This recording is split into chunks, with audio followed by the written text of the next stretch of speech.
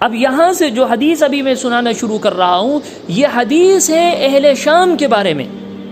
ایک تو ہے شام کی فضیلت، دوسرا شام والوں کی بھی فضیلت حدیث کے اندر اللہ کے نبی صلی اللہ علیہ وسلم نے فرمائی۔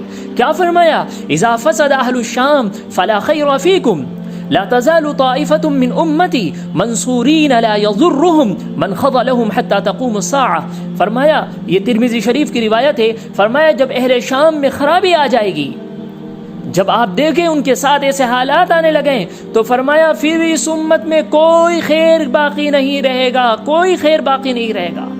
آج جس حالات سے وہ گزر رہے ہیں، پوری امت سے خیر اٹھا لیا گیا، اور میری امت میں سے ایک گروہ ہمیشہ ایسا رہے گا جسے قیامت تک خدائی نصرت شامل حال رہے گی۔ آج کھلی آنکھوں سے ہم دیکھ رہے ہیں خدا کی طرف سے کیسی کیسی نصرت ان کے ساتھ کی آ رہی ہے۔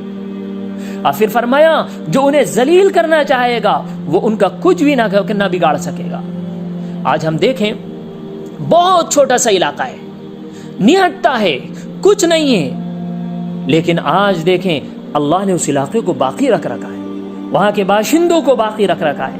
یہ فرمایا اللہ کے نبی صلی اللہ علیہ وسلم کوئی ان کو ذلیل کرنا چاہے وہ نہیں کر پائے گا۔ ایسے ہی حضرت عبداللہ بن حوالہ رضی اللہ عنہ سے مروی ہے، وہ فرماتے ہیں سیصیر الامر الی ان تکون جنودا مجنددا۔ آپ نے فرمایا، یہ ابو داؤد کی روایت ہے، میں جو آپ کو پڑھ کر سنا رہا ہوں، کہ تمہارے دین اسلام کا معاملہ یہ ہوگا کہ تم لشکروں کی صورتوں میں بڑھ جاؤ گے۔ ایک لشکر شام میں، ایک عراق میں، ایک یمن میں ہوگا۔ صحابی رسول راوی کہتے ہیں جب اللہ کے نبی صلی اللہ علیہ وسلم نے فرمایا تم اس طریقے سے بڑھ جاؤ گے، تو فوراً ان کے دل میں سوال آیا، میں اللہ کے نبی سے یہ سوال کروں، اللہ کے نبی جب دنیا کا یہ عالم ہوگا، لوگ بٹے ہوئے ہوں گے، اور اس وقت دنیا کا ایسا عالم ہوگا، تو اللہ کے نبی میں اس زمانے میں کیا کہوں؟ میں اس زمانے کو پالوں تو مجھے وہ کیا وصیت فرماتے ہیں آپ؟ مجھے اس وقت کیا کرنا چاہیے؟ کس کے ساتھ کھڑے ہونا چاہیے؟ آپ نے فرمایا شام کو پکڑ لو، کیونکہ وہ اللہ کی زمینوں میں سے بہترین زمین ہے، اللہ کے بہترین بندے اس کی طرف کھینچے چلے جائیں گے۔